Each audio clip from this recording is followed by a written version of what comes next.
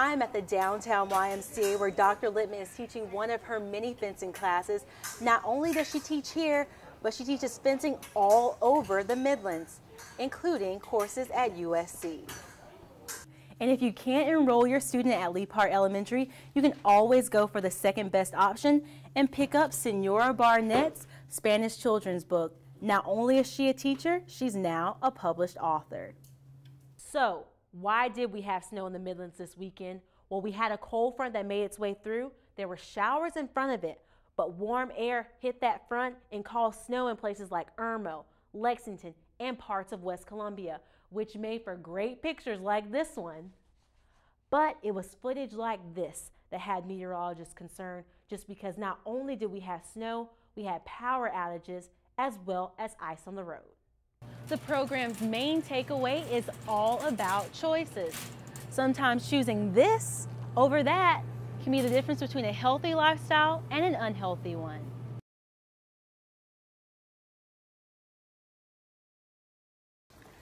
I don't know if you can see this, but it is freaking snowing in Columbia, South Carolina. And snow it did. Some parts of the Midlands got up to 4 inches of snow. And this was the earliest snowfall on record for the area. Audie Oman is a Northeast Columbia resident and an upstate New York native. She was surprised and excited to finally see snowfall in Columbia. What is this? And I'm from New York, so I was just so blown away that it was snowing in South Carolina before New York. So, why did we have snow in the Midlands this weekend? Well, we had a cold front that made its way through. There were showers in front of it, but warm air hit that front and caused snow in places like Irmo, Lexington, and parts of West Columbia, which made for great pictures like this one. But it was footage like this that had meteorologists concerned, just because not only did we have snow, we had power outages as well as ice on the road. Steve Nagla is a meteorologist at the National Weather Service. He says that snow and ice can have devastating effects on the Midlands. We had some trees that were down and fell on power lines over there in portions of western Lexington and Saluda County. So there were a few power outages because of the heavy wet snow. As for those of you out there dreaming of a white Christmas, Naglet says those chances are slim despite the early snowfall. We'll have a chance, obviously, because it's winter time. But historically, we just don't have snow on Christmas Day. But Audie says it never hurts to hope. Without snow on Christmas, it's just not the same. It's not as magical. Well, some are hoping that the magic will be back by Christmas time. Safaniya Stevenson, Carolina News.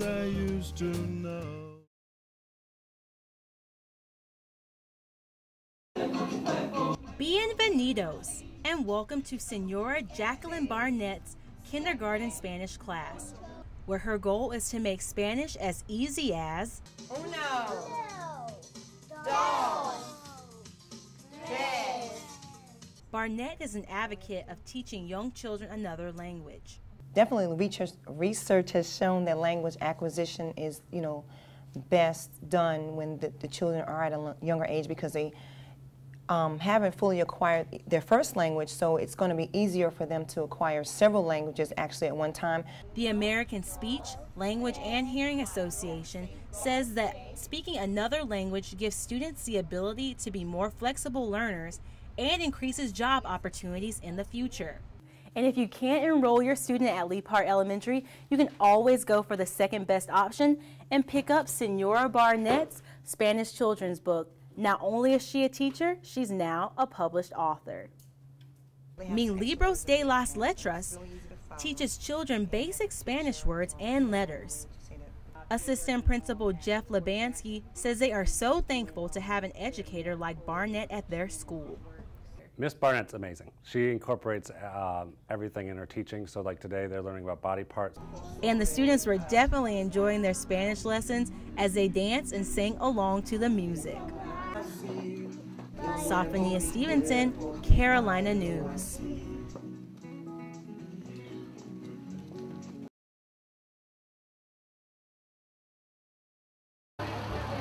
Irmo High School is combining their mission to have a safer school with students' love of technology. Say hello to Anonymous Alert. Anonymous Alert is an online program that allows students to report any issues from bullying to a weapons threat.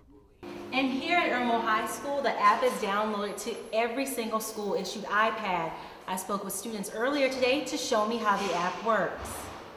Dexter Weathers is a senior at Irmo High School, and he showed me just how easy the system is to use. Got into a fight. Okay, And then I click submit report. and that action is usually taken immediately after the alert is issued. It's that they try to get it in that day because they don't want it to get too extreme and too serious. I also spoke with senior Alexa Vega. Vega had an alarming run-in with another student her freshman year. I was sitting in math class and I turned around and a guy had a gun in his hand, and I just, at that moment, I kind of froze. Alexa feels that if she had the app then, it could have helped her in that scary situation. I could have definitely, at that moment, typed into Anonymous Alerts, and Mr. Regal and an administrator could have been there in seconds. The school reported that since launching the system, they have been able to intervene in several fights before they got out of hand, and even found drugs on campus several times.